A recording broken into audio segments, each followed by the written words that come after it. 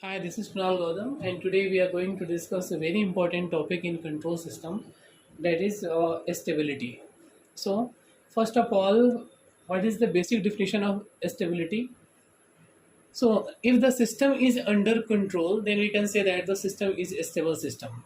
Or if when the system takes a bounded input and it produces a bounded output, then we can say that the system is a stable system. Okay. So, if so, what is the definition of the stability? So this is our system, and if bounded input bounded input produce bounded output, then we can say that our system is a stable system. Okay. Now, what is the type of stability? How many type of stability? There are basically two types of stability. One is called, it depending upon the characteristic of poles, characteristic of systems. Stability are basically of two types. One is called absolute stability,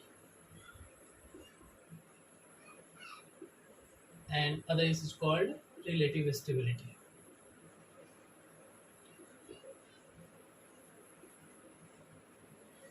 In control system, root locus, Nyquist criteria, body plot, absolute stability is used to determine the location of poles and zero and to check the stability.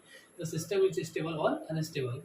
But in case of relative stability, the damping factor decide the system is stable or unstable. Okay. So in today's class, we are going to discuss absolute stability. So what is absolute stability? In the case of absolute stability, location of poles decide the system is stable or unstable. If the location of poles are coming on the left half of imaginary axis, if the location of poles coming, this is our real part and this is our imaginary part.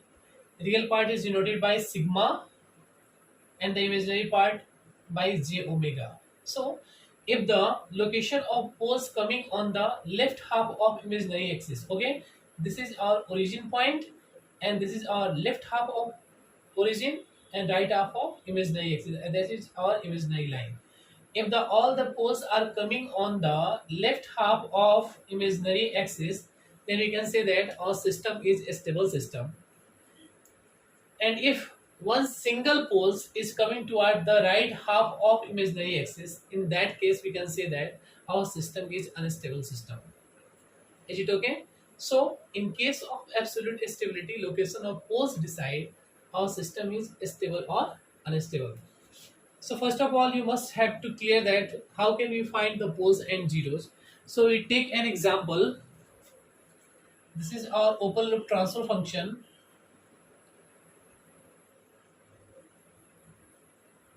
is close to transfer function is equal to 1 upon, here taking example, 1 upon s plus 2 and s plus 3.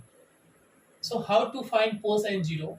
When we put numerator is equal to 0, then we can easily find the value of zeros.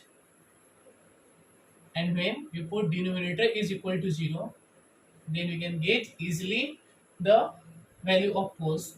So here denominator, by putting denominator is equal to 0, we get the value of s is equal to, one value of s is minus 2 and other value of s is minus 3.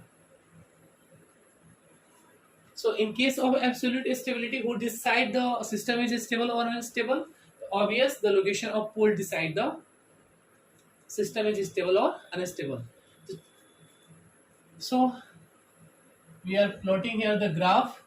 One is the real part and one is the imaginary part. Now, what is the value of s? S is, one is minus 2 and other point is minus 3. Then what we see there, we see both the poles are coming on left half of imaginary axis. This is our right half, this is our left half. All the poles are coming towards the left half of imaginary axis. So we can easily say that our system is a stable system.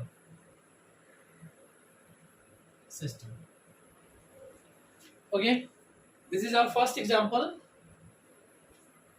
In the second case, in the second example, we are taking other transfer function 1 upon s minus 1 into s plus 2.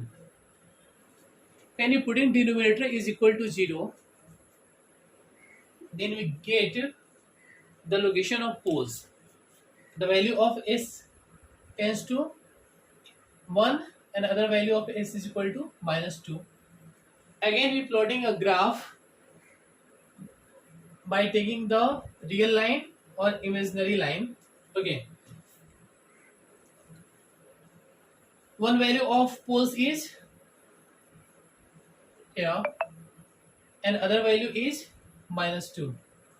So is we see there one pole is coming towards the right half of imaginary axis.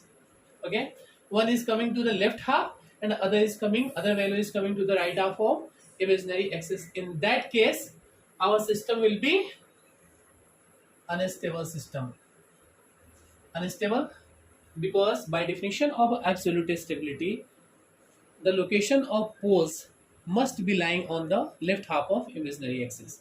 So here you see that in the first case all the poles are coming the left half of imaginary axis, but in the second case one pole is shifting towards the right half of imaginary axis. So such type of system is stable and this system is unstable system. Okay, is it clear? So today we see the absolute stability. In next class we saw relative stability. Thank you.